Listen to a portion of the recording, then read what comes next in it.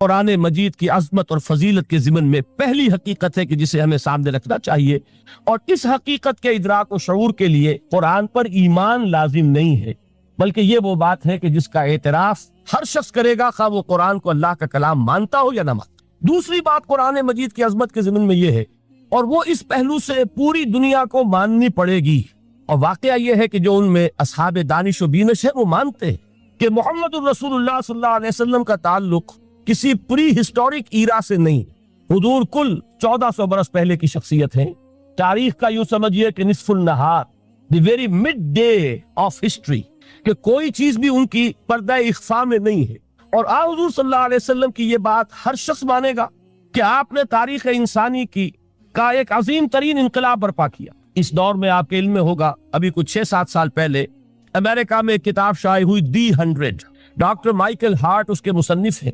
مشاہیر عالم کے موضوع پر اس سے پہلے بھی دنیا میں بہت کتابیں لکھی گئی، بڑے انسان، بڑی شخصیتیں، ان کے چھوٹے چھوٹے لائف سکیچ، لیکن یہ کتاب اس اعتبار سے بڑی یونیک ہے، منفرد ہے، کہ انہوں نے 100 افراد کا انتخاب کیا، پوری انسانی تاریخ کی عظیم ترین 100 شخصیتیں، گریڈیشن کی، ان میں ایک درجہ بندی قائم کی۔ یہ 100 تو ہے عظیم ترین پوری نوع انسانی میں، ان میں عظیم ترین کون ہے، پھر نمبر 2 کون ہے، پھر نمبر 3 کون ہے۔ یہی وجہ ہے کہ انہوں نے تاریخی اعتبار سے مرتب نہیں کیا، کرونالوجیکل آرڈر میں نہیں، بلکہ اس ترتیب سے کہ جو عظیم ترین انسان ہے اس کے نزدیک نمبر 1 پر اس کو لائے، پھر نمبر 2 پر جو ان کے بعد ہے۔ اور آپ کے علم میں یہ بات ہوگی کہ وہ ڈاکٹر مائیکل ہارٹ دی 100 میں نمبر 1 پر لائے محمد الرسول اللہ صلی اللہ علیہ وسلم، اور انہوں نے یہ کہا کہ بہت سے لوگ میری اس تصنیف میں نمبر 1 پر محمد کا ذکر دیکھ کر صلی اللہ علیہ وسلم حیران ہوں گے، اس لیے کہ ظاہر ہے وہ مسلمان نہیں، وہ تو عیسائی ہیں، حال بھی عیسائی ہیں۔ انہوں نے کہا کہ اس میں مجھے لازماً I owe an explanation، مجھے اس کی وضاحت کرنی پڑے گی، اور اس کی جو دلیل اس نے دی ہے وہ اس شخص کی ذہانت کی بہت بڑی عکاسی کرنے والی شے ہے۔ کہتے ہیں this is because he is the only person، یہ دی only کو انڈرلائن کر دیجئے اپنے ذہن میں، واحد شخصیت ہے پوری نسل انسانی کی، supremely successful in both the religious and the secular fields، کہ زندگی کے یہ 2 خانے جو آج کے انسان نے اپنے ذہن میں قائم کر لیے ہیں، ایک خانے کو وہ کہتے ہیں یہ مذہبی خانہ، یہ انفرادی ہے، عقائد ہیں، عبادات ہیں، کچھ سوشل کسٹمز ہیں، اگر کوئی فوت ہو جائے گا تو کیا کریں گے، اسے دفن کریں گے، جلائیں گے، کیا کریں گے، پیدائش ہے اسے سیلیبریٹ کس طرح کریں گے، یہ سوشل کسٹمز ہے۔ تو دنیا میں یہ مانا جاتا ہے کہ یہ تو ہے ریلیجس اور پرائیویٹ افیئر ہے زندگی کا، اور ایک ہے سیاست، معیشت، تمدن، قانون، عدالت، سیاسی نظام، معاشی نظام وغیرہ، یہ سیکولر فیلڈ ہے، اس میں کسی مذہب کی بات نہیں ہونی چاہیے، بلکہ یہ کہ جو بھی کسی ملک کے رہنے والوں کی اکثریت کی رائے ہو اس کے مطابق کام چلنا چاہیے۔ یہ ان کا ذہن ہے، ہمارا نہیں، معاذ اللہ۔ اسلام کے نزدیک انسانی زندگی انڈیویزیبل ہے، ناقابل تقسیم وحدت ہے، یہ ایک آرگینک ہول ہے، حیاتیاتی اکائی ہے جس کو تقسیم نہیں کیا جا سکتا۔ لیکن جدید ذہن کا تصور یہی ہے۔ اس تصور کے پس منظر میں دیکھیے کہ جو سب سے بڑی تحسین ہو سکتی تھی اور جو سب سے زیادہ ٹریبیوٹ پیش کرنے کا انداز ہو سکتا تھا وہ شخص نے پیش کر دیا حضور کو، کہ دونوں میدانوں میں بیک وقت انتہائی کامیاب انسان پوری تاریخ میں صرف ایک ہے، اور وہ محمد ہے صلی اللہ علیہ وسلم۔ اس لیے کہ جتنی بڑی شخصیتیں اور نظر آتی ہیں وہ یک رخی ہیں، یا ادھر عظیم ہے یا ادھر عظیم ہے۔ جو ادھر عظمت کی حامل ہے دین میں، مذہب میں، اخلاق میں، روحانیت میں، جیسے حضرت مسیح خود یا گوتم بدھ، ان کا سیاست میں اس میں کوئی دخل نہیں، کوئی انقلاب برپا نہیں کیا، کوئی نئی حکومت قائم نہیں کی، تو وہاں انہیں 0 دینا پڑتا ہے۔ اور اس کے برعکس سکندر اعظم ہے، اٹیلا ہے، چنگیز ہے، ہٹلر کو بھی چاہے تو شامل کر لیں، جس کی فتوحات جو ہے وہ جنگل کی آگ کی طرح پھیلی ہیں، کوئی مشرق سے مغرب تک پہنچ گیا، کوئی مغرب سے مشرق تک چلا آیا۔ ہٹلر کہاں آپ کو سکندر اعظم کہاں سے چلا، مقدونیہ سے اور دریائے بیاس تک پہنچا، اور ادھر سے چنگیز ادھر سے گیا وہاں تک پہنچا ہے، اٹیلا جو ہے سینٹرل ایشیا سے اور یورپ کے میدانوں تک پہنچا ہے۔ لیکن مذہب اور اخلاق کے میدان میں انہیں صرف 0 دینے سے کام نہیں چلتا، کوئی مائنس ویلیو معین کرنی پڑتی۔ یہ ہے دنیا کی عظیم ترین شخصیتوں کا حال۔ ایک شخصیت ایسی ہے محمد کی صلی اللہ علیہ وسلم کہ ان کے بارے میں یہ کہنا مشکل ہو جائے گا کہ ان کی زیادہ عظمت جو ہے وہ مذہبی میدان میں ہے یا زیادہ عظمت جو ہے وہ سیاسی اور ملکی میدان میں۔ ایک نئی تہذیب، ایک نیا تمدن، ایک نیا طرز حکومت، ایک نیا نظام معیشت، ایک نیا سماجی اور معاشرتی نظام، ایک نیا قانون فوجداری، ایک نیا قانون دیوانی، زندگی کے ہر اعتبار سے ایک انقلاب برپا کیا ہے۔ یہ ہے محمد الرسول اللہ کا وہ کارنامہ جس کو کہ غیر مسلم بھی تسلیم کرنے پر مجبور ہے۔ چنانچہ شاید آپ نے نام سنا ہو، ہندوستان نے جو بڑے بڑے انقلابی پیدا کیے اس صدی میں، ان میں ایک ایم این رائے، جو کمیونسٹ انٹرنیشنل، جو باسکو میں یوں سمجھیے کہ پوری دنیا میں اشتراکی تحریکوں کو کنٹرول کرنے والا ادارہ، یہ شخص اس کا بہت اہم کارکن رہا ہے، ایم این رائے۔ اس نے ایک کتاب لکھی، دی ہسٹوریکل رول آف اسلام، اور وہ تسلیم کرتا ہے کہ تاریخ انسانی میں عظیم ترین انقلاب وہ ہے جو محمد نے برپا کیا صلی اللہ علیہ وسلم۔ تو یہ چیز دوسری ہے کہ جس کو ماننا پڑتا ہے۔ لیکن آپ حیران ہوں گے کہ یہ سیرت کا جلسہ تو نہیں تھا، میں قرآن کی عظمت بیان کر رہا تھا۔ یہاں اصل میں جس چیز کی طرف آپ کی توجہ دلانی مقصود ہے وہ یہ ہے کہ اس عظیم ترین انقلاب کے لیے حضور کا اعلی انقلاب قرآن تھا۔ اتر کر ہرا سے سوئے قوم آیا اور ایک نسخہ کیمیا ساتھ لایا۔ اس قرآن کے ذریعے ذہن بدلے، لوگوں کی سوچ بدلی، عقائد بدلے، نقطہ نظر بدلا، ان کا ویلیو سٹرکچر تبدیل ہو گیا۔ پہلے زندگی عزیز ترین متاع شمار ہوتی تھی، اب موت سب سے بڑھ کر خوش آئند ہے۔ شہادت ہے مطلوب و مقصود مومن، نہ مال غنیمت نہ کشور کشائی۔ یہ انقلاب یہ در حقیقت کس کے ذریعے سے ہوا ہے؟ سورہ فرقان میں اللہ تعالیٰ نے ارشاد فرمایا حضور سے، فَلَا تُطِعِ الْكَافِرِينَ وَجَاهِدْهُمْ بِهِ جِهَادًا كَبِيرًا۔ اے نبی، آپ ان کافروں کی باتیں نہ مانیے، ان کے کہنے کی طرف متوجہ نہ ہوئیے، اور اس قرآن کے ذریعے سے جہاد کیجئے۔ جیسے کہ ابھی آپ کو بتایا نظام الدین صاحب نے، اصل انقلاب جو محمد نے برپا کیا صلی اللہ علیہ وسلم وہ تلوار کے ذریعے نہیں ہے، تلوار کے ذریعے انقلاب کی تکمیل ہوئی ہے۔ تو در حقیقت جو انقلاب آیا ہے، انقلاب پہلے آتا ہے انسان کی سوچ میں، انقلاب آتا ہے انسان کے نقطہ نظر میں، انقلاب آتا ہے انسانوں کی شخصیتوں میں، ان کے کردار میں، ان کے شب و روز کے انداز میں۔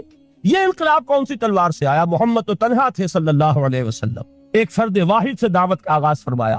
یہ قرآن تھا در حقیقت، یہی سب سے بڑی تلوار ہے محمد الرسول اللہ صلی اللہ علیہ وسلم کی۔ اس سے ذہنوں کو بدلا ہے، عقائد بدل دیے ہیں، نظریات بدل دیے ہیں، اسی سے لوگوں کا تزکیہ کیا ہے، اسی کو ان کے اندر اتارا ہے۔ یہ در حقیقت میں علامہ اقبال کا وہ شعر میرے سامنے آ رہا ہے، کیوں بجا در رفت جا دیگر شبت۔ عظمت قرآن کے ذکر میں فرماتے ہیں جب یہ قرآن کسی کے اندر اتر جاتا ہے، اس کے اندر انقلاب آ جاتا۔ ہی از اے چینج پرسن، اس کی سوچ بدل گئی، نقطہ نظر بدل گیا۔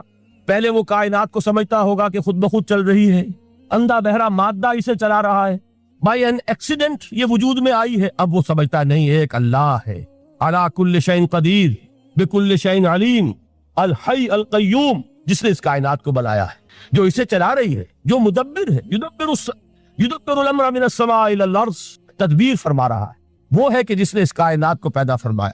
پھر یہ کہ پہلے وہ سمجھتا ہو کہ میری زندگی کیا ہے، وہی جو کہ شہنشاہ ظفر نے کہا تھا کہ عمر حیات مانگ کے لائے تھے 4 دن، بہادر شاہ ظفر آخری تاجدار خاندان مغلیہ کا، کہ عمر دراز مانگ کے لائے تھے 4 دن، 2 آرزو میں کٹ گئے 2 انتظار میں۔ کل زندگی کیا ہے؟ یہ 30 40 50 60 70 برس۔ قرآن نے بتایا نہیں، اور جو ترجمانی کی اقبال نے، تو اسے پیمانہ امروز و فردا سے نہ ناپ، جاویداں پہم جواں ہر دم جواں ہے زندگی۔ یہ تو ایک ابدی سلسلہ ہے، اس کے لیے کوئی اختتام ہے ہی نہیں۔ یہ موت جو ہے یہ دی اینڈ نہیں ہے، موت ایک زندگی کا وقفہ ہے، یعنی آگے چلیں گے دم لے کر۔ یہ انقلاب ہے انسان کے فکر کا اور سوچ کا۔ اس انقلاب کے نتیجے میں وہ جماعت تیار ہوئی صحابہ کرام کی، ڈیڈیکیٹڈ، کمیٹڈ، جو آخرت کے طالب تھے، جو اللہ کے عاشق، محمد کے دیوانے صلی اللہ علیہ وسلم، ان من دھن قربان کرنے کے لیے تیار۔ حضور کے چشم ابرو کی جنبش جو ہے وہ ان کے لیے گویا کہ ایک حکم کے درجے میں ہے، جس کی کہ لازماً تعمیل ہوگی۔ اور انہوں نے اپنی گردنیں کٹوا دی، اپنے گھر اجڑوا دیے، اپنا دنیا کا جو بھی کچھ اثاثہ تھا وہ قربان کر دیا، نشاور کر دیا۔ تب کہیں جا کر انقلاب آیا، اور یہ شخصیتیں جو تیار ہوئیں تو ان کے تیار کرنے میں ذریعہ کیا ہے؟ قرآن۔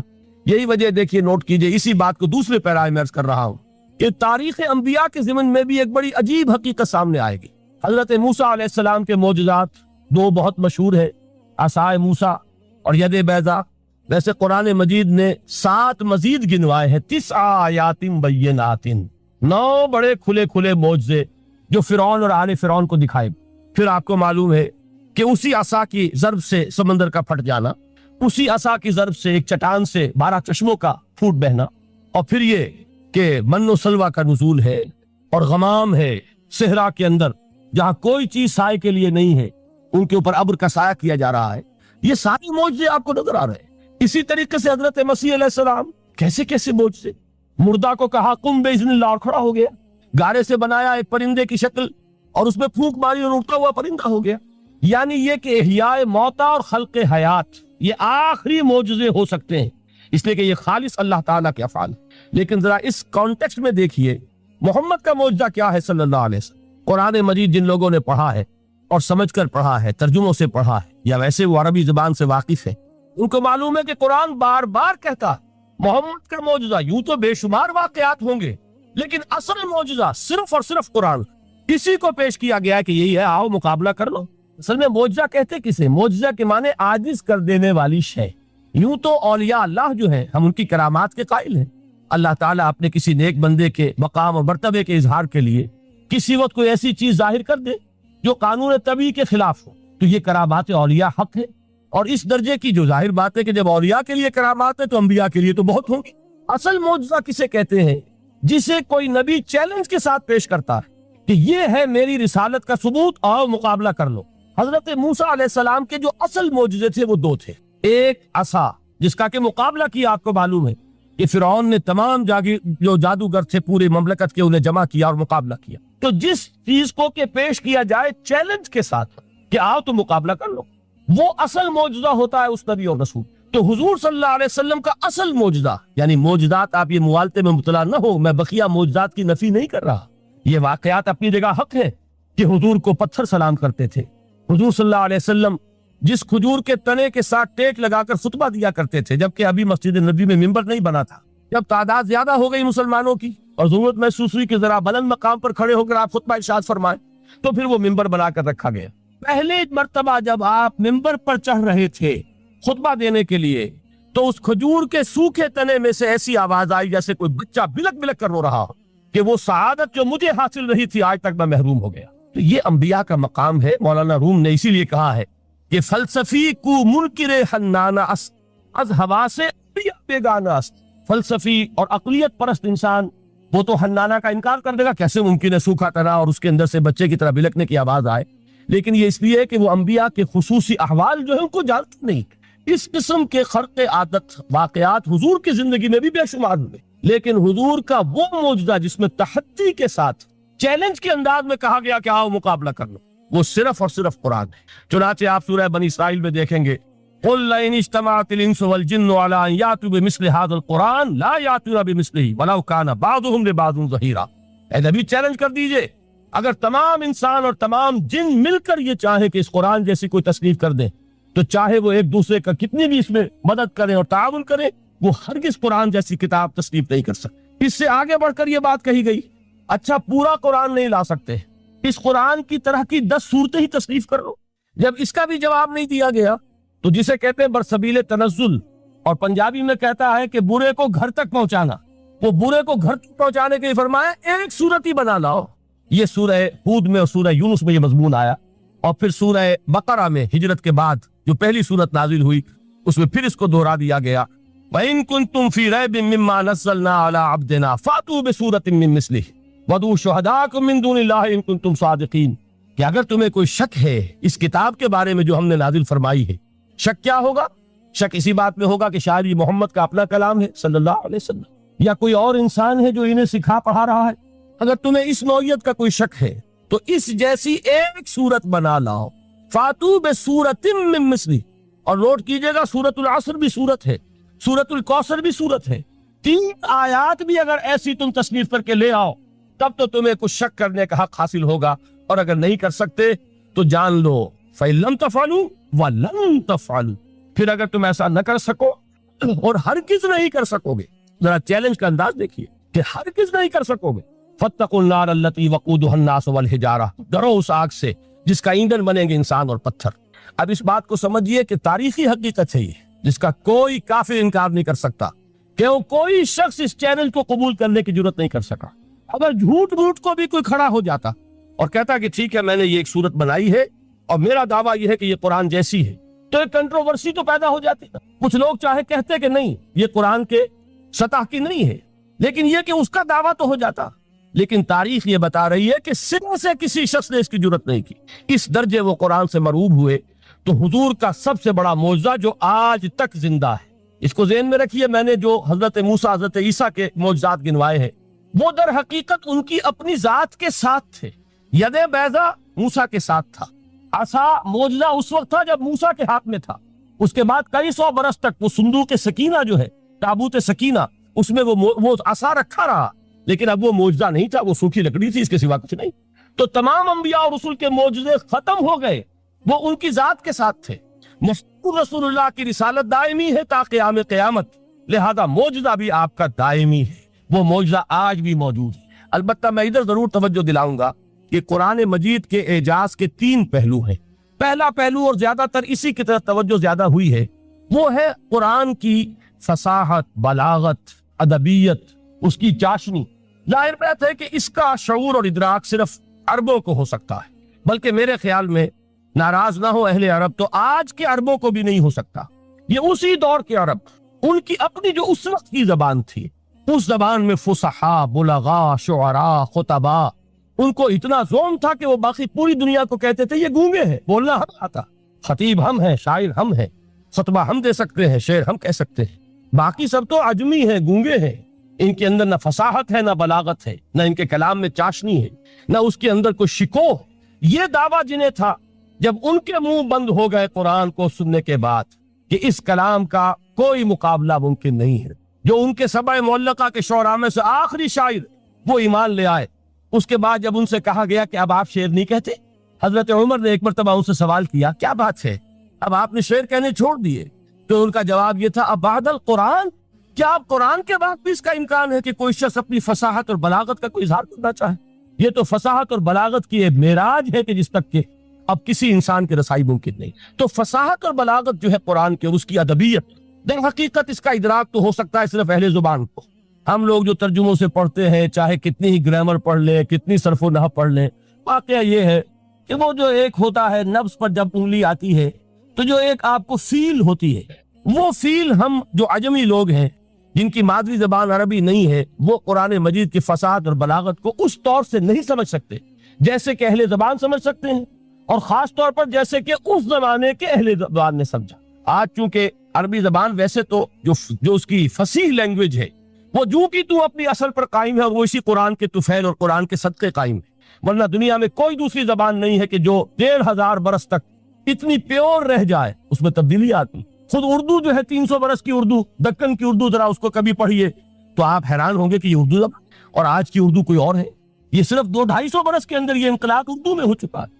عربی زبان 1500 برس سے وہ قائم ہے اپنی اسی جگہ پر، اور وہ صرف قرآن کا اعجاز اور قرآن کا صدقہ ہے. لیکن باقی جو اصل میں بولی جانے والی زبانیں ہیں وہ بہت بدل چکی ہیں. لہذا تمام اہل عرب کے لیے بھی اب قرآن کے اس پہلو کو صحیح طور پر سمجھنا ممکن نہیں. قرآن کی جو اعجاز کے 2 پہلو ہیں، وہ ہے در حقیقت جو میری اور آپ کی توجہ کے خاص طور پر در حقیقت حقدار ہے، اور ہمیں ان کی طرف توجہ کرنی چاہیے. بدقسمتی سے اس کی طرف عام طور پر علماء نے توجہ نہیں کی، اس کی صرف ادبیت ہی کا چرچا ہوتا ہے.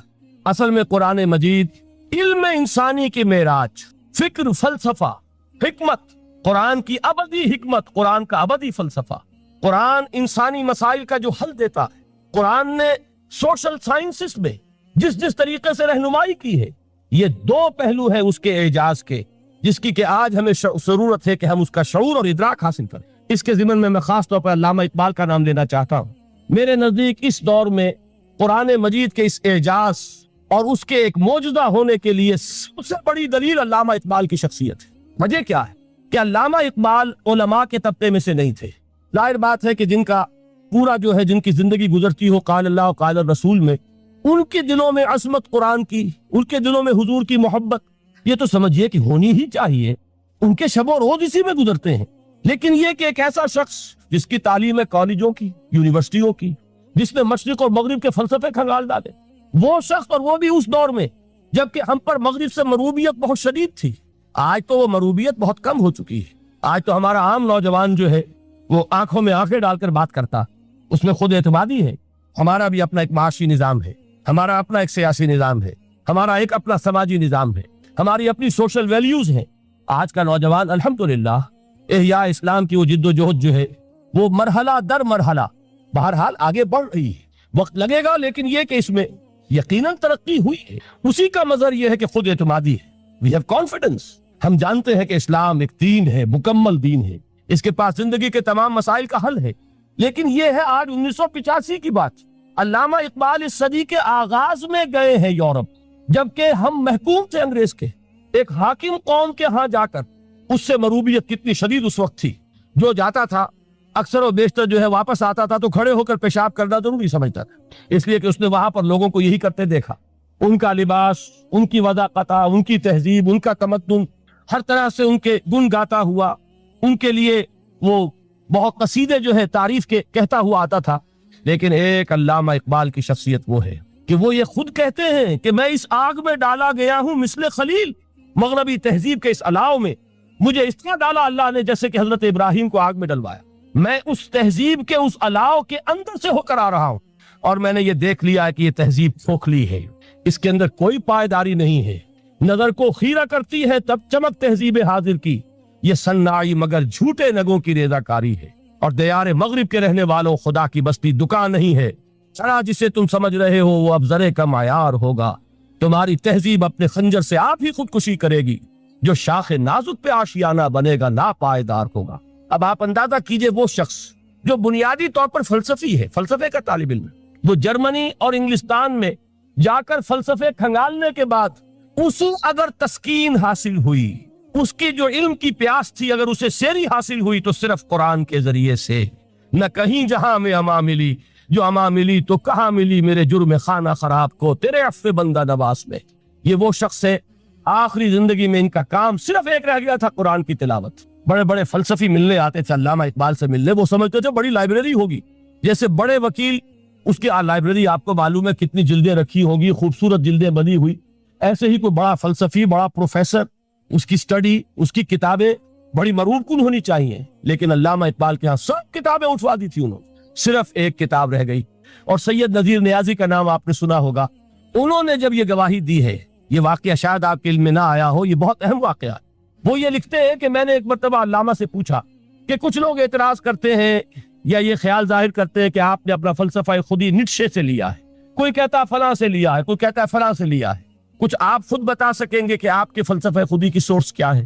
تو علامہ نے کہا کہ اچھا کل فلاں وقت آ جانا تو میں تمہیں لکھوا دوں گا, ڈکٹیٹ کرا دوں. تو سید نذیر نیازی کہتے ہیں کہ میں بہت خوش ہوا کہ یہ سعادت میرے حصے میں آ رہی ہے کہ علامہ اقبال خود مجھے تحریر کرائیں گے کہ میرے فلسفے کی سورس کیا ہے. میں نے کہاں سے اخذ کیا. دوسرے روز وہ گئے, حاضر ہوئے, بڑے ہی ارمانوں کے ساتھ پینسل اور کاپی لے کر بیٹھے. علامہ نے فرمایا ذرا قرآن مجید نکال لاؤ. وہ قرآن مجید لائے, حیران ہوئے, یہ فلسفے کا سورس مجھے ڈکٹیٹ کرانے چلے تھے, یہ قرآن مجید کہہ رہے. کہا کہ ذرا سورۃ الحشر اس کا آخری رکوع, وَلَا تَكُونُوا كَالَّذِينَ نَسُوا اللَّهَ فَأَنسَاهُمْ أَنفُسَهُمْ أُولَٰئِكَ هُمُ الْفَاسِقُونَ. اے لوگو, ان لوگوں کے مانند نہ ہو جانا جنہوں نے اللہ کو بھلا دیا تو اللہ نے انہیں اپنی خودی سے غافل کر دیا, اپنے آپ سے بیگانہ بنا دیا. یہی ہیں لوگ جو فاسق ہیں. علامہ نے کہا میرے فلسفے کی سورس یہ میں آپ کو بتانا چاہتا ہوں. اس معنی میں میں کہتا ہوں کہ اس دور میں علامہ اقبال کی شخصیت کو میں اعجاز قرآن کا سب سے بڑا مظہر سمجھتا ہوں. ایک شخص 20ویں صدی کا, 20ویں صدی عیسوی کی شخصیت, اور پھر یہ کہ وہ کہیں مسجد اور کسی مدرسے کے ماحول میں پلا بڑھا نہیں ہے, بلکہ اسکولوں اور کالجوں میں اور یونیورسٹیوں میں, اور صرف ہندوستان میں نہیں, انگلستان اور جرمنی کی یونیورسٹیوں میں رہا, جس نے اپنا لوہا منوایا ہے. وہ شخص اگر یہ کہتا ہے کہ میرے لیے فکر کی بنیاد, میرے فلسفے کی سورس, میری تمام سوچ کی رہنمائی جو ہے وہ اس کتاب نے کی ہے, تو معلوم ہوا کہ واقعتاً یہ قرآن مجید آج بھی معجزہ. یہ بات تو ہوئی فلسفے اور فکر کے اعتبار سے. دوسرا پہلو جو اپلائیڈ پہلو ہے اس دور کے اعتبار سے وہ اہم تر ہو گیا ہے. انسان کے لیے جو پیچیدہ تمدنی مسائل, سیاسی مسائل کو کیسے حل کیا جائے, معاشی مسائل کا حل کیسے ہو, سماج میں توازن کیسے ہو, مرد اور عورت کے درمیان توازن کیسے ہو. ہوتا کیا ہے, یا عورت بھیڑ بکری کی طرح کی ملکیت بن جاتی, ہمارے ہاں اردو میں جو اس کا محاورہ ہے کہ جوتی کی نوک, یہ اس کی حیثیت ہو جائے گی, یا دوسری طرف عورت کلوپیٹرا بن کر قوموں کی قسمتوں سے کھیلے گی. دنیا میں یہ دو انتہائیں ہوئی. کہاں نقطہ عدل کہاں ہے, کیسے بیلنس جو ہے اسٹرائک کیا جائے, مردوں کے حقوق اور فرائض اور خواتین کے حقوق اور فرائض, اس میں صحیح ترین ایکویشن ہے کیا؟ کسی طریقے سے فرد اور اجتماع, فرد اور ریاست, یا تو یہ کہ انسان کی انفرادی آزادی اتنی جا رہی ہے مادر پدر آزاد، جس کا مظہر یہ ہے کہ آج انگلستان میں 2 مرد بھی میاں اور بیوی کی حیثیت سے رہ سکتے ہیں، قانون تسلیم کرے گا ہسبینڈ اینڈ وائف، ان کو وہی حقوق حاصل ہوں، یہ ہے وہ آزادی۔ اور یا پھر یہ ہے کہ جو روس میں ہے یا دوسرے ممالک میں ہے کہ آزادی بالکل ختم، اور معلوم ہوا کہ ایک ٹوٹلیٹیرین سوسائٹی، مستبدانہ نظام، ان کے درمیان نقطہ عدل کہاں؟ اسی طرح سرمایہ اور محنت، اگر ذرا سا سرمایہ کو چھوٹ ملتی ہے وہ مزدور کا خون چوستا اور اس کا حق اس کو نہیں دیتا۔ اقبال نے بہت خوبصورت انداز میں کہا ہے کہ خواجہ از خون رگے مزدور سازد لال ناب، از جفائے دہ خدایاں کشت دہ کا نا خراب۔ انقلاب انقلاب ہے انقلاب۔ ایک طرف سرمایہ دار ہے جو مزدور کی رگوں میں سے خون نچوڑ کر سرخ شراب کا پیمانہ لے کر بیٹھا ہوا ہے، وہ در حقیقت مزدور کا خون ہے جو پی رہا ہے۔ ایک طرف وہ زمیندار اور جاگیردار ہے جو کاشتکار کا خون جو ہے چوس رہا ہے۔ تو یہ یا تو یہ انتہا ہے، اور یا یہ ہے کہ اگر ذرا آپ مزدور کو یا اس کارکن کو تھوڑا تحفظ دیجئے تو وہ کام نہیں کرتا۔ ہمارے ہاں پچھلے دور میں یہی ہوا تھا۔ میں یہ برملا کہتا ہوں، آج بھی آپ کے سامنے کہہ رہا ہوں کہ بھٹو نے واقعہ یہ بہت بڑا کارنامہ سر انجام دیا تھا۔ اس نے مزدور کو ایک سیلف ریسپیکٹ دی تھی، کاشتکار کو اپنی عزت کا احساس دیا تھا کہ میں بھی انسان، میرے بھی حقوق ہیں، لیکن نتیجہ اس کا نیگیٹو نکلا۔ مزدور نے کام کرنا چھوڑ دیا، معیشت کی گاڑی ختم ہو گئی۔ وہ چیز کہ جو متوازن ہو، جس میں مزدور کو اس کا حق مل رہا ہو اور پسینہ خشک ہونے سے پہلے اس کی جائز مزدوری اس کو مل گئی ہو، جس میں کہ انسان کسی سرمایہ دار کی رعیت بن کر نہ رہ جائے۔ دوسری طرف یہ کہ سرمایہ کے لیے بھی جو اس کا صحیح ہے کہ اس کو انسینٹیو ملے، وہ میدان میں آئے، اس کے اندر رسک لینے کے جو ہے وہ صلاحیت پیدا ہو۔ ان دونوں چیزوں کو کیسے متوازن کیا جائے؟ واقعہ یہ ہے کہ یہ ہے وہ پیچیدہ مسائل جن کا حل قرآن میں ہے۔ ہماری قسمتی کیا ہے کہ ہم نے خود ان چیزوں کے لیے دوسروں کے سامنے جھولی پساری ہوئی، ہم دوسروں سے بھیک مانگ رہے۔ ہمارا حال کیا ہوا تھا اس صدی کے شروع میں؟ مصطفیٰ کمال پاشا نے جب ترکی میں اسلام کے آئلی قوانین بھی منسوخ کیے، نوٹ کیجئے اس کو، یہ اسی صدی کے وہ صدمے ہیں جو ہم نے اٹھائے ہوئے ہیں۔ اور گاہے گاہے باز خواہ قصہ پاری نہ رہا، تازہ خواہی داشتن گر داغ ہائے سی نہ رہا۔ اس صدی میں کیا نہیں ہوا؟ عربوں کی ریوولٹ ترکوں کے خلاف، ان کے پیٹھ میں جو خنجر گھونپا، اور ایک انگریز، ایک کرنل لارنس کی وہ ساری شرارت، اس کے نتیجے میں ایک عظیم مملکت عثمانیہ، سلطنت عثمانیہ، دی گریٹ آٹومان امپائر، اس کے چیتڑے اڑ گئے۔ اور اس کے بعد وعدے کیے تھے عربوں سے کہ ہم تمہیں حکومت دیں گے، ہوا کیا کہ ان کے چھوٹے چھوٹے ٹکڑے کیے اور تقسیم کر لیے۔ مغربی سامراج کا دور شروع ہو گیا۔ اس کا ایک رد عمل مصطفیٰ کمال پر اس درجے شدید ہوا، اس نے ہر چیز جس کا تعلق عربوں سے تھا اس کو ختم کر دیا، ملک بدر کر دیا۔ عربی میں اذان نہیں ہوگی، عربی میں نماز نہیں پڑھی جائے گی، اور اسی کے ضمن میں یہاں تک گیا کہ فیملی لاز بھی رومن لاز جو ہے وہ نافذ کیے۔ تو یورپ کے اخبارات نے اس وقت یہ طنز کیا تھا مسلمانوں پر، یہ مسلمان عجیب قوم ہیں، کہتے یہ ہے کہ ہمارے پاس دنیا کا بہترین ضابطہ ہے، بہترین قانون ہے، ہمارے قانون سے بہتر کسی کا قانون نہیں۔ اور حال یہ ہے کہ فیملی لاز کے لیے بھی یہ ہم سے بھیک مانگ رہے ہیں، ہم سے وہ قوانین لے کر اپنے ہاں نافذ کر رہے ہیں۔ آج بدقسمتی سے اکثر و بیشتر مسلمان ممالک کا حال یہی ہے، آج ہم ان سے بھیک مانگ رہے ہیں۔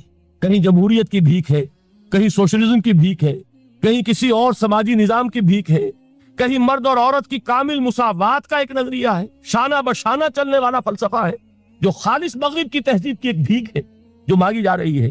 کاش کہ آج قرآن کے اس اصل اعجاز کی طرف، جو اس کا اصل معجزہ اس دور کے لیے، میں نے عرض کیا کہ اعجاز قرآنی کا وہ معجزہ کہ وہ فصاحت اور بلاغت کی معراج ہے، وہ یا تو اپریشیٹ کر سکتے اہل عرب، اور اہل عرب میں سے بھی حقیقت میں وہ جو قدیم جاہلی شاعری کے جاننے والے ہیں جو بہت کم رہ گئے، اب وہ جان سکتے ہیں کہ جب قرآن نازل ہوا تو کیوں زبانیں گنگ ہو گئی تھی، کیوں کوئی ایک شخص جھوٹ موٹ کو بھی مدعی بن کر نہیں آ سکا کہ یہ میں نے قرآن کی جیسی ایک کتاب یا قرآن جیسی ایک سورت یا قرآن کی طرح کے چند جملے میں نے موضوع کر دیے ہیں۔ لیکن دوسرا پہلو ہے فکر اور فلسفہ، اس کے اعتبار سے جس کا سب سے بڑا ثبوت اس دور میں علامہ اقبال، اور تیسرا پہلو ہے Islamic social sciences, political science, economics, sociology. اس میں جو کچھ قرآن نے دیا ہے، جو آج بھی انسان کی رہنمائی کے لیے بہترین نظام ہے، اس نظام کو ہم سمجھے، اسے دنیا کے سامنے پیش کریں، تب در حقیقت قرآن مجید کا اعجاز سامنے آئے۔ یہ دو پہلو تو میں نے وہ عرض کیے ہیں کہ جو کسی غیر مسلم کو بھی نظر آئیں، قرآن کا پریزروڈ ہونا، اس کی انٹیگریٹی، اوتھینٹسٹی، یہ چیزیں وہ ہے کہ جو سب نے مانی۔ قرآن کے ذریعے تاریخ انسانی کا عظیم ترین انقلاب برپا ہونا، یہ وہ بات ہے کہ جو کسی اندھے کو بھی دیکھنی پڑتی ہے۔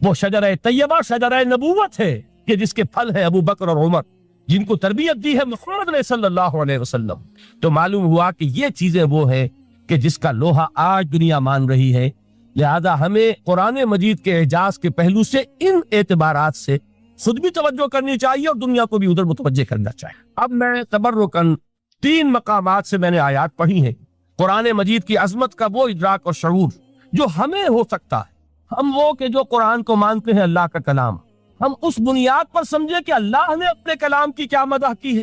اور نمبر 2 یہ فارسی کا ایک مصرع ہے کہ قدر گوہر شاہ دانت یا بدانت گوہری، ہیرے جواہرات کی قدر و قیمت یا بادشاہوں کو معلوم ہوتی ہے جو ان میں کھیلتے ہیں، اور یا یہ کہ جوہری کو جو ان کا کاروبار کرتا ہے، جانتا ہے، پہچان ہے، پرکھتا ہے۔ عام آدمی کو کیا پتا، اس کے ہاتھ پہ اگر کوئی آپ ہیرا رکھ دیں وہ سمجھے شاید کو کوئی کانچ کا ٹکڑا، اسے اس کے اندر کوئی فرق محسوس نہیں ہوگا۔ قدر گوہر شاہ دانت یا بدانت گوہری کہ ہیرے جواہرات جو ہیں ان کی قدر و قیمت کا اندازہ بادشاہوں کو ہوتا ہے یا جوہری کو ہوتا ہے۔ تو قرآن مجید کا عظمت کا صحیح ادراک یا اللہ کو ہے یا محمد الرسول اللہ کو صلی اللہ علیہ وسلم۔ باقی جو کچھ دنیا دیکھتی ہے وہ تو وہ ظاہر کا ایک پہلو ہے، وہ تاریخی حقائق ہیں جو میں نے آپ کے سامنے رکھے۔ باقی قرآن مجید کی عظمت کا کوئی صحیح ادراک ہو سکتا ہے یا وہ اللہ تعالیٰ کی زبانی اور یا ہوگا محمد الرسول اللہ صلی اللہ علیہ وسلم کے فرامین کی۔ اسی لیے میں نے 3 جگہ سے آیات پڑھی ہیں۔ ایک مقام سے سورہ رحمان کی ابتدائی 4 آیات، سورہ یونس کی 2 آیات، سورہ حشر کی 1 آیت، اور 3 احادیث نبویہ ہیں جن کا میں نے ذکر کیا ہے، اس لیے کہ تیسری جو ہے وہ بہت طویل حدیث ہے، وہ پوری میں اس وقت نہیں پڑھ سکتا تھا، اس کے صرف ابتدائی اور آخری کلمات میں نے اس وقت آپ کو سنائے۔ میں تھوڑی سی تشریح ان کی کروں گا تاکہ قرآن مجید کی عظمت کا جو نقش میرے اور آپ کے قلب پر ہونا چاہیے وہ صحیح در حقیقت ان آیات اور احادیث کی روشنی میں ہمارے دلوں پر قائم ہو جائے۔ دیکھیے قرآن مجید کی عظمت یہ کلام ہے، اس کی کلام کی عظمت کا پہلا پہلو ہے متکلم کی عظمت کے اعتبار سے۔ عربی میں کہا جاتا ہے کہ کلام الملوک کے ملوک الکلام ہے، بادشاہوں کا کلام کلاموں کا بادشاہ ہوتا ہے۔ بادشاہ جب گفتگو کرے گا معلوم ہوگا شاہانہ انداز ہے، ایک کوئی بھکاری گفتگو کرے گا یا کوئی کنجرا گفتگو کرے گا، سبزی فروش کرے گا، کوئی مچھلی فروش کرے گا، ہر ایک چل جائے گا کہ کون بولا، وہ جس کو کہتے ہیں کہ تانت بازی راگ پایا، 2 جملے کوئی شخص بولے گا پتہ چل جائے گا کتنے پانی میں ہے، اس کے علم کا، فضل کا، تہذیب کا، تمدن کا کیا معیار ہے۔ اس لیے کہ کلام جو ہے در حقیقت متکلم کی پوری شخصیت کی عکاسی کرتا ہے، اس کا مقام کیا ہے، اس کا مرتبہ کیا ہے، اس کے ذہن کی بلندی کیا ہے، اس کے فکر کی گہرائی کیا ہے، اس کے افق ذہنی کی وسعت کیا ہے، اس سب کا اندازہ ہوگا کلام سے۔ تو اب یہ کلام ہے اللہ کا، معلوم ہوا کہ اللہ کی صفات کا ایک کامل عکس قرآن مجید میں موجود ہے۔ یہ بات سمجھیے، اس کو قرآن نے کس طرح بیان کیا، یہ وہ لطیف حقائق ہیں جن کے لیے قرآن مجید تمثیل کا پیرایا اختیار کرتا ہے۔ اب سورہ حشر کی تمثیل کیا ہے؟ لو انزلنا هذا القرآن على جبل، اگر ہم نے اس قرآن کو کسی پہاڑ پر اتار دیا ہوتا، لرأيته خاشعا متصدعا من خشیت اللہ، تم دیکھتے اس پہاڑ کو کہ اللہ کی خشیت سے دب جاتا۔ وَتِلْكَ الْأَمْثَالُ نَضْرِبُهَا لِلنَّاسِ لَعَلَّهُمْ يَتَفَكَّرُونَ، اور یہ مثالیں ہیں جو ہم لوگوں کے لیے بیان کرتے ہیں تاکہ وہ تفکر سے کام لیں، غور و فکر کریں۔ اگر میں اور آپ قرآن کی عظمت سے واقف نہیں ہوں گے، اس بات کو نوٹ کر لیجئے، تو میں اور آپ اپنا وقت کیسے صرف کریں گے اس کے لیے؟ انسان کا ایٹیٹیوڈ بڑا یوٹیلیٹیرین ہے، آج کے انسان کا خاص طور پر، وہ کسی ایسے ہی کام کے لیے وقت لگائے گا جس میں اس کے لیے فائدہ، اور اس فائدے کی چیز اگر نہیں ہے تو اس کی طرف متوجہ نہیں ہوگا۔ اگر قرآن مجید کی عظمت کا ہمیں ادراک ہو جائے تو ہم اپنا پورا وقت اس کے لیے وقف کر دیں، اس کو سمجھیں گے، اس کی گہرائیوں میں غوطہ زنی کریں گے، جیسے اقبال نے کہا کہ قرآن میں ہو غوطہ زن اے مرد مسلمان۔ لیکن اگر یہ کہ اس کی عظمت کا ادراک نہ ہوا تو بس یہ کہ کبھی اتفاق ہو گیا کہ کھول لیا اور اس کو پڑھ بھی لیا بغیر سمجھے، اور اس کا ثواب کسی اور کو پہنچا دیا، وہ آج حصول ثواب بھی نہیں رہا، ایصال ثواب ہی رہ گیا۔ ورنہ یہ کہ بہرحال علامہ اقبال نے جو اس پر تھپتی چست کی ہے کہ بآیا تشترا کارے جزی نیست کہ از یاسین او آسا بمیری، اس قرآن کی عظیم آیات سے اے مسلمان آج تیرا سروکار صرف اتنا رہ گیا ہے کہ کوئی شخص مر رہا ہو، عالم نزا میں ہو، تو اس کو یاسین سنا کر اس کی جان جلدی سے نکال دو، آسانی سے نکل جائے، بس یہ سروکار رہ گیا۔ میں یہ نہیں کہتا کہ نہ پڑھی جائے، حضور نے فرمایا پڑھنی چاہیے، لیکن صرف یہ نہیں ہے اس کا مصرف، یہ تو انسانی زندگی کی رہنما کتاب بن کر نازل ہوئی ہے، اس کے اوپر اس اعتبار سے توجہ تم نہیں کر رہے ہو، بلکہ تمہاری اس کے ساتھ جو ہے دلچسپی صرف اتنی رہ گئی ہے، گھٹنا لاک ہو جاتا تھا، کونی لاک ہو جاتی. صبح کو انسان اٹھے کہ میں بھلا چنگا ہوں. کل یوم تطلع فی الشمس، ہر دن جس میں کہ سورج جو ہے طلوع ہوتا ہے اس میں ہر جوڑ پر ایک صدقہ واجب ہے. اس کو شیخ سعدی نے بہت عمدگی سے کہا ہے. ہر سانس جب انسان کے اندر جاتا ہے موجب تقویت ہوتا ہے.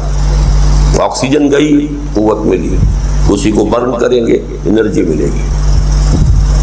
سانس باہر نکلتا ہے یہ صفائی کا ذریعہ بنتا ہے، کاربن ڈائی آکسائڈ اور بہت سی چیزیں نکل گئی.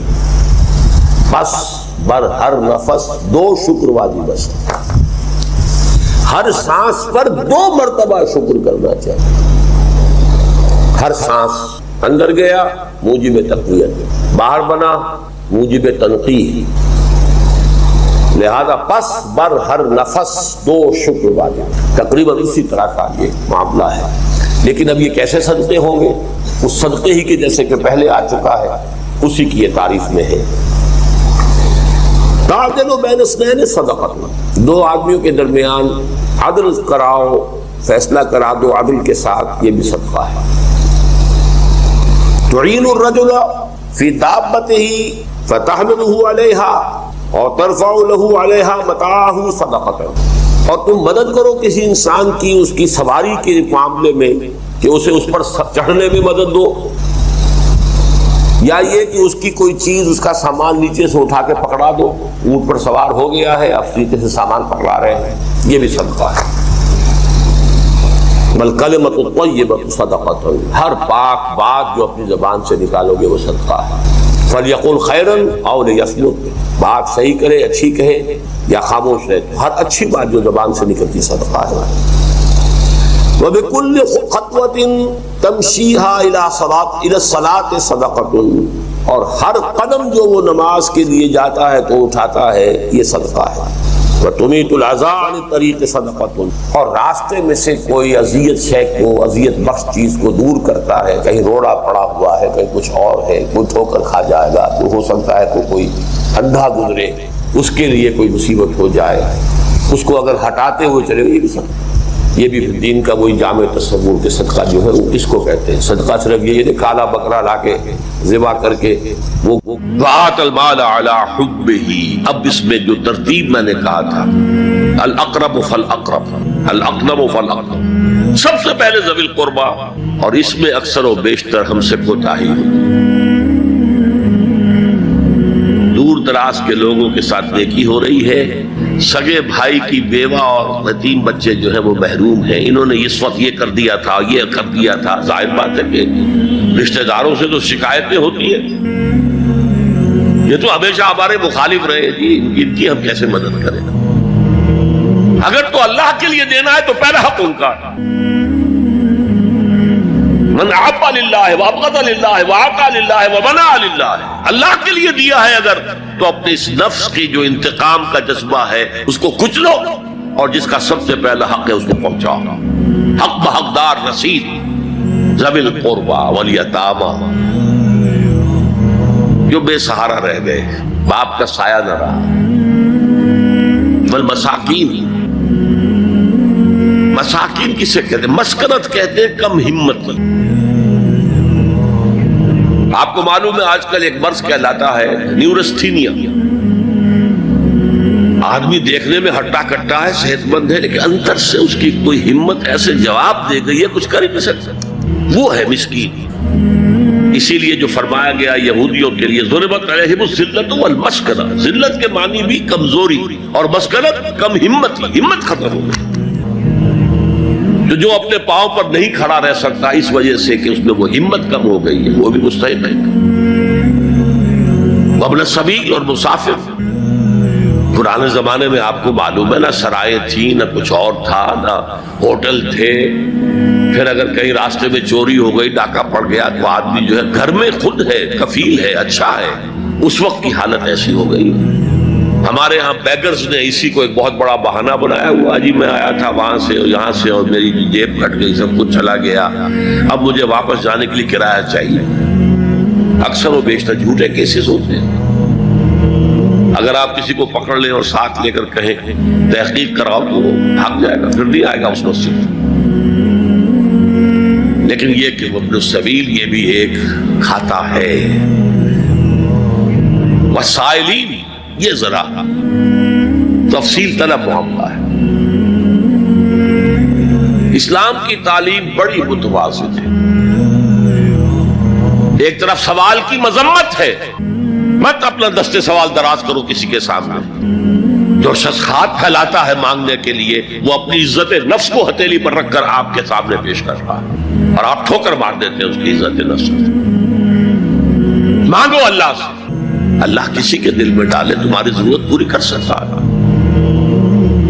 بغیر اس کے کہ تم کسی کے سامنے دستے سوال دراز کرو۔ تو سخت مذمت ہے، اور خاص طور پر بیگری جو ایک انسٹیٹیوشن بن گیا ہے، ایک پیشہ بن گیا ہے، وہ تو اسلام کی تعلیمات کے منافی۔ اور جس طرح کی ہم خیرات بانٹتے ہیں، 5 روپے کا نوٹ دے رہے ہیں مانگنے والوں کو مسجدوں کے باہر، سمجھ رہے ہیں ہم نے حاتم طائی کی خبر کو لات مار دی، حالانکہ حقیقت میں آپ انسٹیٹیوشن آف بیگری کو سپورٹ کر رہے ہیں۔ کسی ایک کو لے لو، آؤ چلو مجھے اپنا گھر دکھاؤ، مجھے بتاؤ تم واقعی اس قابل ہو یا نہیں ہو، اور پھر اس کی مدد کریں، لمسم کریں۔ پھر وہ 5 روپے نہیں ایسی دے دیں کہ وہ کچھ اپنے پاؤں پر کھڑا ہو سکے۔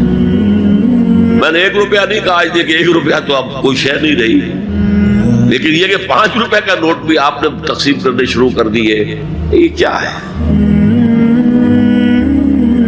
وسائلین وفی الرقاب، لیکن دوسری طرف سائل کو جھڑکنا نہیں ہے۔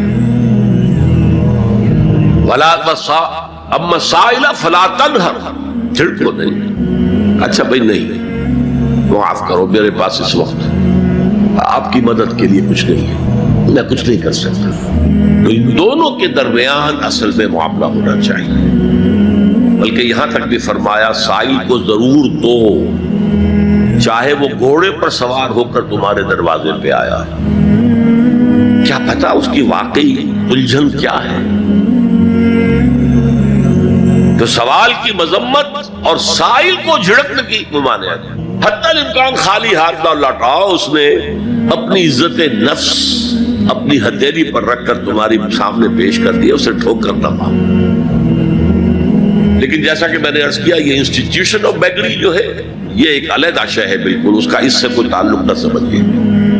وفی الرقاب، رقاب جمع ہے رقبہ، گردن، فک رقبۃ او اطعام فی یوم ذی مسغبۃ یتیما ذا مقربۃ او مسکینا ذا متربہ۔ فک رقبۃ، کسی کی گردن چھڑا دینا۔ اس وقت سب سے بڑی اپلیکیشن اس کی تھی غلاموں کو، کنیزوں کو اپنے پیسے سے خرید کر آزاد کر دینا۔ بہت بڑی نیکی، بہت بڑی نیکی۔ اور حضرت ابو بکر رضی اللہ تعالیٰ عنہ کے دفتر فضائل میں سب سے اونچا کام یہ ہے کہ جن غلاموں کو اور جن کنیزوں کو ستایا جا رہا تھا، their owners, their masters، ان کے آقا کو حق حاصل تھا، جو چاہے کریں ان کے ساتھ، قتل کر دے کوئی پوچھنے والا نہیں ہے۔ میں پہلے بھی عرض کر چکا ہوں، میری ملکیت ہے، جیسے میری بکری میری ملکیت ہے، میں نے اس کو ذبح کیا، گوشت کھا لیا، تم کون ہوتے ہو پوچھنے والے؟ میرا غلام تھا، میں نے قتل کر دیا، تم کون ہو پوچھنے والے؟ ان کو حضرت ابو بکر نے خرید کر آزاد کیا اور منہ مانگے دام دیے۔ حضرت بلال کے لیے امیہ ابن خلف نے اتنی بڑی رقم مانگی، حضرت ابو بکر نے کہا ٹھیک ہے لو۔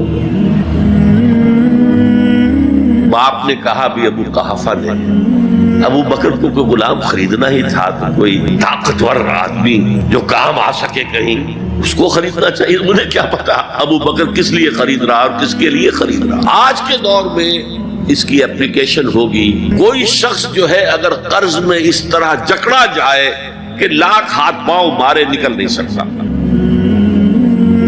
اس کو کوئی لمپ سم مدد دے کر اس قابل کیا جائے کہ وہ پھر اپنے پاؤں پر کھڑا ہو جائے۔ یہ نہیں کہ اسے آپ ہر مہینے کچھ رقم دیتے رہے مینٹیننس کے لیے، نہیں، اس سے تو وہ اسی پوزیشن میں رہے گا۔ یہ بعض مائنورٹی کمیونٹیز کے اندر یہ معاملہ موجود ہے۔ کوئی بھائی اگر گر گیا ہے کاروبار میں تو اس کی پھر ایسی مدد کی جائے کہ وہ پھر آپ کی صف میں آ کر کھڑا ہو جائے، respectable members of your community, وہ اس شکل میں پہنچ جائے۔ یہ بھی فک و رقبۃ اس کی ذیل میں آج کل آئے۔ لن تنالوا البر حتى تنفقوا مما تحبون، اس سے زیادہ کیٹیگوریکل سٹیٹمنٹ اور کیا چاہیے؟ لن کے ساتھ جو نفی ہوتی ہے فعل مضارع میں انتہائی موقت، ہرگز نہیں پہنچ سکتے نیکی کے مقام کو جب تک کہ خرچ نہ کرو ان میں سے جو چیزیں تمہیں پسند ہیں۔ قمیض پھٹ گئی ہے بوسیدہ دے دو کسی کو، یہ نہیں ہے خیرات و صدقات، بلکہ جو تمہیں محبوب ہو۔ لن تنالوا البر، بر کے مقام تک نہیں پہنچ سکتے۔ پھر میں کہہ رہا ہوں عابد ہو سکتے ہو، زاہد ہو سکتے ہو، علم کا معاملہ ہے، محدث ہو سکتے ہو، مفسر ہو سکتے ہو، فقیہ ہو سکتے ہو، مفتی ہو سکتے ہو، سب کچھ ہو سکتے ہو، قرآن مجید کی روح سے نیک نہیں کہلا سکتے۔ وآت المال علی حبہ، اب اس میں جو ترتیب میں نے کہا تھا، الاقرب فالاقرب، الاقرب فالاقرب، سب سے پہلے ذوی القربہ، اور اس میں اکثر و بیشتر ہم سے کوتاہی ہو، دور دراز کے لوگوں کے ساتھ نیکی ہو رہی ہے، سگے بھائی کی بیوہ اور یتیم بچے جو ہیں وہ محروم ہیں، انہوں نے اس وقت یہ کر دیا تھا، یہ کر دیا تھا، ظاہر بات ہے کہ رشتہ داروں سے تو شکایتیں ہوتی ہیں، یہ تو ہمیشہ ہمارے مخالف رہے جی، ان کی ہم کیسے مدد کریں؟ اگر تو اللہ کے لیے دینا ہے تو پہلا حق ان کا، من احب للہ وابغض للہ واعطى للہ ومنع للہ، اللہ کے لیے دیا ہے اگر تو اپنے اس نفس کی جو انتقام کا جذبہ ہے اس کو کچلو، اور جس کا سب سے پہلا حق ہے اس کو پہنچاؤ، حق بحقدار رسید، ذوی القربى والیتامى، جو بے سہارا رہ گئے، باپ کا سایہ نہ رہا، والمساکین، مساکین کسے کہتے ہیں؟ مسکنت کہتے ہیں کم ہمت۔ آپ کو معلوم ہے آج کل ایک مرض کہلاتا ہے نیورستھینیا، آدمی دیکھنے میں ہٹا کٹا ہے، صحت مند ہے، لیکن اندر سے اس کی کوئی ہمت ایسے جواب دے گئی ہے کچھ کر ہی نہیں سکتا، وہ ہے مسکین۔ اسی لیے جو فرمایا گیا یہودیوں کے لیے ضربت علیہم الذلۃ والمسکنہ، ذلت کے معنی بھی کمزوری اور مسکنت کم ہمت، ہمت ختم ہو گئی۔ تو جو اپنے پاؤں پر نہیں کھڑا رہ سکتا اس وجہ سے کہ اس میں وہ ہمت کم ہو گئی ہے، وہ بھی مستحق ہے۔ وابن السبیل، اور مسافر، پرانے زمانے میں آپ کو معلوم ہے نہ سرائے تھی، نہ کچھ اور تھا، نہ ہوٹل تھے، پھر اگر کہیں راستے میں چوری ہو گئی، ڈاکہ پڑ گیا، تو آدمی جو ہے گھر میں خود ہے، کفیل ہے، اچھا ہے، اس وقت کی حالت ایسی ہو گئی۔ ہمارے ہاں بیگرز نے اسی کو ایک بہت بڑا بہانہ بنایا ہوا، جی میں آیا تھا وہاں سے یہاں سے اور میری جیب کٹ گئی، سب کچھ چلا گیا، اب مجھے واپس جانے کے لیے کرایہ چاہیے۔ اکثر و بیشتر جھوٹے کیسز ہوتے ہیں، اگر آپ کسی کو پکڑ لیں اور ساتھ لے کر کہیں تحقیق کراؤ تو وہ بھاگ جائے گا، پھر نہیں آئے گا اس وقت سے۔ لیکن یہ کہ ابن السبیل یہ بھی ایک کھاتا ہے۔ وسائلین، یہ ذرا تفصیل طلب معاملہ، اسلام کی تعلیم بڑی متوازن، ایک طرف سوال کی مذمت ہے، مت اپنا دستے سوال دراز کرو کسی کے سامنے، جو شخص ہاتھ پھیلاتا ہے مانگنے کے لیے وہ اپنی عزت نفس کو ہتھیلی پر رکھ کر آپ کے سامنے پیش کر رہا، اور آپ ٹھوکر مار دیتے ہیں اس کی عزت نفس۔ مانگو اللہ سے، اللہ کسی کے دل میں ڈالے تمہاری ضرورت پوری کر سکتا ہے، بغیر اس کے کہ تم کسی کے سامنے دستے سوال دراز کرو۔ تو سخت مذمت ہے، اور خاص طور پر بیگری جو ایک انسٹیٹیوشن بن گیا ہے، ایک پیشہ بن گیا ہے، وہ تو اسلام کی تعلیمات کے منافی۔ اور جس طرح کی ہم خیرات بانٹتے ہیں، 5 روپے کا نوٹ دے رہے ہیں مانگنے والوں کو مسجدوں کے باہر، سمجھ رہے ہیں ہم نے حاتم طائی کی خبر کو لات مار دی، حالانکہ حقیقت میں آپ انسٹیٹیوشن آف بیگری کو سپورٹ کر رہے ہیں۔ کسی ایک کو لے لو، آؤ چلو مجھے اپنا گھر دکھاؤ، مجھے بتاؤ تم واقعی اس قابل ہو یا نہیں ہو، اور پھر اس کی مدد کریں، لمسم کریں، پھر وہ 5 روپے نہیں ایسی دیں گے کہ وہ کچھ اپنے پاؤں پر کھڑا ہو سکے۔ میں نے 1 روپیہ نہیں کہا، آج دیکھیں 1 روپیہ تو اب کوئی شے نہیں رہی، لیکن یہ کہ 5 روپے کا نوٹ بھی آپ نے تقسیم کرنے شروع کر دیے، یہ کیا ہے؟ وسائلین وفی الرقاب، لیکن دوسری طرف سائل کو جھڑکنا نہیں، ولا اما سائل فلا تنہر، جھڑکو نہیں، اچھا بھائی نہیں معاف کرو میرے پاس اس وقت آپ کی مدد کے لیے کچھ نہیں ہے، میں کچھ نہیں کر سکتا۔ تو ان دونوں کے درمیان اصل میں معاملہ ہونا، بلکہ یہاں تک بھی فرمایا سائل کو ضرور دو، چاہے وہ گھوڑے پر سوار ہو کر تمہارے دروازے پہ آیا ہے، کیا پتا اس کی واقعی الجھن کیا ہے۔ تو سوال کی مذمت اور سائل کو جھڑکنے کی ممانعت، حتی الامکان خالی ہاتھ نہ لوٹاؤ، اس نے اپنی عزت نفس اپنی ہتھیلی پر رکھ کر تمہاری سامنے پیش کر دیا، اسے ٹھوکر نہ مارو۔ لیکن جیسا کہ میں نے عرض کیا، یہ انسٹیٹیوشن آف بیگری جو ہے یہ ایک علیحدہ شے ہے، بالکل اس کا اس سے کوئی تعلق نہ سمجھیے۔ وفی الرقاب، رقاب جمع ہے رقبہ گردن، فک رقبۃ او اطعام فی یوم ذی مسغبۃ یتیما ذا مقربۃ او مسکینا ذا متربہ۔ فک رقبۃ، کسی کی گردن چھڑا دینا۔ اس وقت سب سے بڑی اپلیکیشن اس کی تھی، غلاموں کو، کنیزوں کو اپنے پیسے سے خرید کر آزاد کر دینا۔ بہت بڑی نیکی، بہت بڑی نیکی۔ اور حضرت ابو بکر رضی اللہ تعالیٰ عنہ کے دفتر فضائل میں سب سے اونچا کام یہ ہے کہ جن غلاموں کو اور جن کنیزوں کو ستایا جا رہا تھا، their owners, their masters، ان کے آقا کو حق حاصل تھا، جو چاہے کریں ان کے ساتھ، قتل کر دے، کوئی پوچھنے والا نہیں ہے۔ میں پہلے بھی عرض کر چکا ہوں، میری ملکیت ہے، جیسے میری بکری میری ملکیت ہے، میں نے اس کو ذبح کیا، گوشت کھا لیا، تم کون ہوتے ہو پوچھنے والے؟ میرا غلام تھا، میں نے قتل کر دیا، تم کون ہو پوچھنے والے؟ ان کو حضرت ابو بکر نے خرید کر آزاد کیا اور منہ مانگے دام دے۔ حضرت بلال کے لیے امیہ ابن خلف نے اتنی بڑی رقم مانگی، حضرت ابو بکر نے کہا ٹھیک ہے لو۔ باپ نے کہا بھی ابو قحافہ نے، ابو بکر کو کوئی غلام خریدنا ہی تھا تو کوئی طاقتور آدمی جو کام آ سکے کہیں، اس کو خریدنا چاہیے۔ مجھے کیا پتا ابو بکر کس لیے خرید رہا اور کس کے لیے خرید رہا۔ آج کے دور میں اس کی اپلیکیشن ہوگی، کوئی شخص جو ہے اگر قرض میں اس طرح جکڑا جائے کہ لاکھ ہاتھ پاؤں مارے نکل نہیں سکتا، اس کو کوئی لمپ سم مدد دے کر اس قابل کیا جائے کہ وہ پھر اپنے پاؤں پر کھڑا ہو جائے۔ یہ نہیں کہ اسے آپ ہر مہینے کچھ رقم دیتے رہے مینٹیننس کے لیے، نہیں، اس سے تو وہ اسی پوزیشن میں رہے گا۔ یہ بعض مائنورٹی کمیونٹیز کے اندر یہ معاملہ موجود ہے۔ کوئی بھائی اگر گر گیا ہے کاروبار میں تو اس کی پھر ایسی مدد کی جائے کہ وہ پھر آپ کی صف میں آ کر کھڑا ہو جائے، respectable members of your community, وہ اس شکل میں پہنچ جائے۔ یہ بھی فک رقبۃ، اس کی ذیل